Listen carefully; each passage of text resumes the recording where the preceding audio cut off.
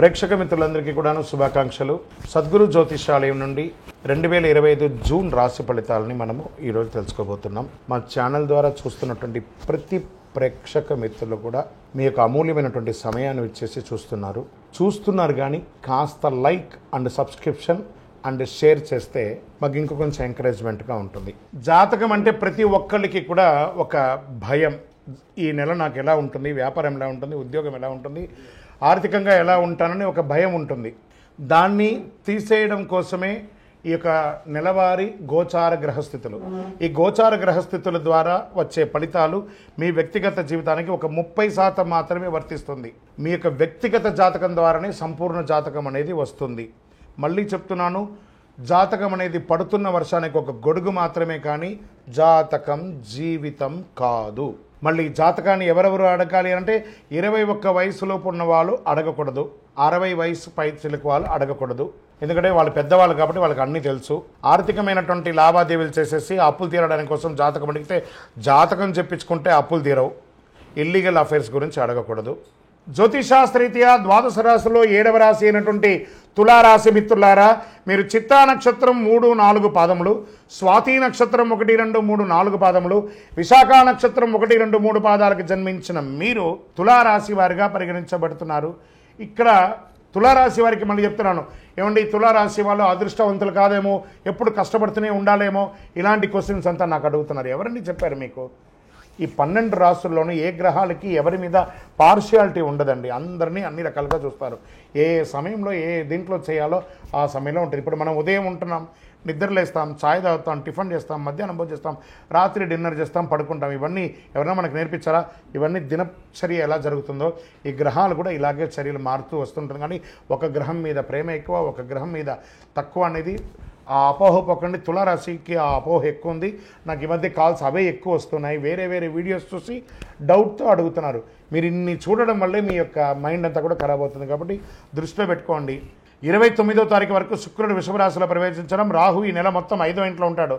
పంచమంలో రాహు, షష్టమంలో శని, సప్తమంలో శుక్రుడు, అష్టమంలో రవి బుధుడు, భాగ్యంలో గురుడు, దశమంలో కుజుడు, భాగ్యంలో కేతు. గోచార గ్రహస్థితులన్నింటిని బట్టి కాస్త మిశ్రమం కూడా చెప్పచ్చు ఈ నెల.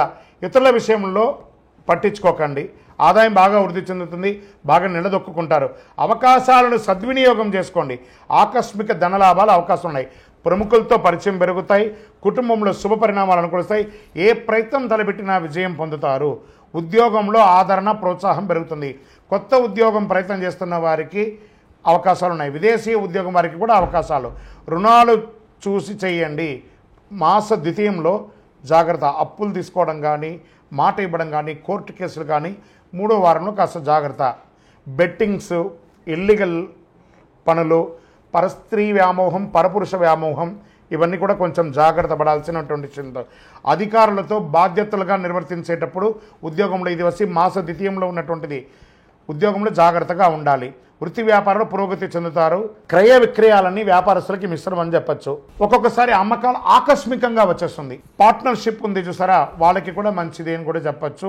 భార్య భర్తల మధ్య మిశ్రమంగా ఉంది. కాస్త కూర్చొని మాట్లాడుకుని ఇది చేసుకోండి. నిరుద్యోగులకి 1 నెల వెయిట్ చేయండి, మంచి ఆఫర్స్ వస్తున్నాయి. పోటీ పరీక్షలు రాసేవాళ్ళు బాగా చదవాలి, శ్రద్ధ పెట్టి చదవాలి. విదేశాల్లో ఉద్యోగంలో ఉన్నవాళ్ళు లేదా చదువుకొని ఉద్యోగం చేసే వాళ్ళకి గెట్ రెడీ. అతి త్వరలో మీకు మంచి శుభవార్త వింటారు. మాస ద్వితీయంలో చిన్న ఇబ్బందులు, మీపై దూషణ చేసే అవకాశాలు ఉంటాయి. పర్మిషన్స్ లేట్ అయ్యే అవకాశాలు ఉంటాయి. విలువైన వస్తువులు మిస్ప్లేస్ అయ్యే అవకాశాలు ఉన్నాయి. శత్రువులు కొంచెం యాక్టివేట్ అయ్యే అవకాశాలు ఉన్నాయి. అధిక ప్రయాణాలు చేయకండి. వాహనం నడిపేటప్పుడు జాగ్రత్త. బంధుమిత్రులతో మాట పట్టింపు జాగ్రత్త. మీతోనే ఉండి మిమ్మల్ని ఇబ్బంది పెట్టే వాళ్ళు కొంతమంది ఉంటారు. వాళ్ళని గుర్తించి తులారాశి మిత్రులారా వాళ్ళని అవాయిడ్ చేయండి. ఆరోగ్యపరంగా ఒత్తిడి వస్తుంది. నాడీ సంబంధించి, కిడ్నీకి సంబంధించి, కడుపుకి సంబంధించి చిన్న ఆరోగ్య సమస్యలు ఉన్నాయి, జాగ్రత్త పడండి. రాజకీయ నాయకులకి ఇది మిశ్రమం, జాగ్రత్త. షేర్ మార్కెట్ కూడా మిశ్రమమే. వ్యవసాయదారులకి బాగుంది. సాఫ్ట్వేర్ రంగం వారికి కూడా మిశ్రమమే. మీడియా రంగం వారికి, స్పోర్ట్స్ రంగం వారికి కాస్త బాగుందని చెప్పచ్చు. వివాహం కాని వారికి శుభ సమయం అని చెప్పచ్చు. అదృష్టం కలిగించే రోజులు ఈ నెల 2, 5, 8, 12. అదృష్ట సంఖ్యలు 1 మరియు 3. చంద్రాష్టమం 22/6/2025 11 గంటల 3 నిమిషాల నుండి మొదలు పెడితే 24వ తారీఖున 11 గంటల 48 నిమిషాలు రాత్రి వరకు చంద్రాష్టం ఉంటుంది. 2.5 రోజులు జాగ్రత్తగా ఉండండి. సంకష్టహర చతుర్థి రోజు గణపతికి గరికతో పూజ చేయండి. దుర్గా సప్తశతి పారాయణం చేయండి. మీ ఇంటి ఇలవేలిపోయినటువంటి స్వామివారి దగ్గరికి వెళ్ళి మీ యొక్క వయసు సంఖ్య ఎంత ఉందో అన్ని దీపాలు వెలిగించండి. చలివేంద్రాలు ఏర్పాటు చేయండి. అతి శక్తివంతమైనటువంటి 48 రోజులు పూజ చేసినటువంటి కరుంగాలి మాలను ధరించండి. ఆరోగ్యంగా, ఐశ్వర్యంగా, సంపన్నంగా, విజయంగా ఉండండి. ఇంకను మీ యొక్క వ్యక్తిగత జాతకం తెలుసుకోవాలనుకుంటే కింద నంబర్కి మీ యొక్క పేరు, date of birth, time of birth, place of birth WhatsApp చేయండి.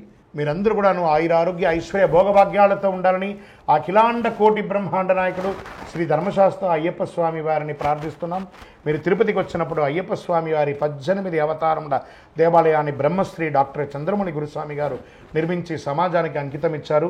జీవకోణ అనే ప్రాంతంలో తిరుపతిలో రైల్వే స్టేషన్ నుండి బస్టాండ్ నుండి 3 కిలోమీటర్ల దూరంలో ఉంటుంది. రండి, దర్శనం చేసుకోండి, అనుగ్రహం పొందండి. విజయోస్తు. వందే మాతరం, వందే మాతరం, వందే మాతరం.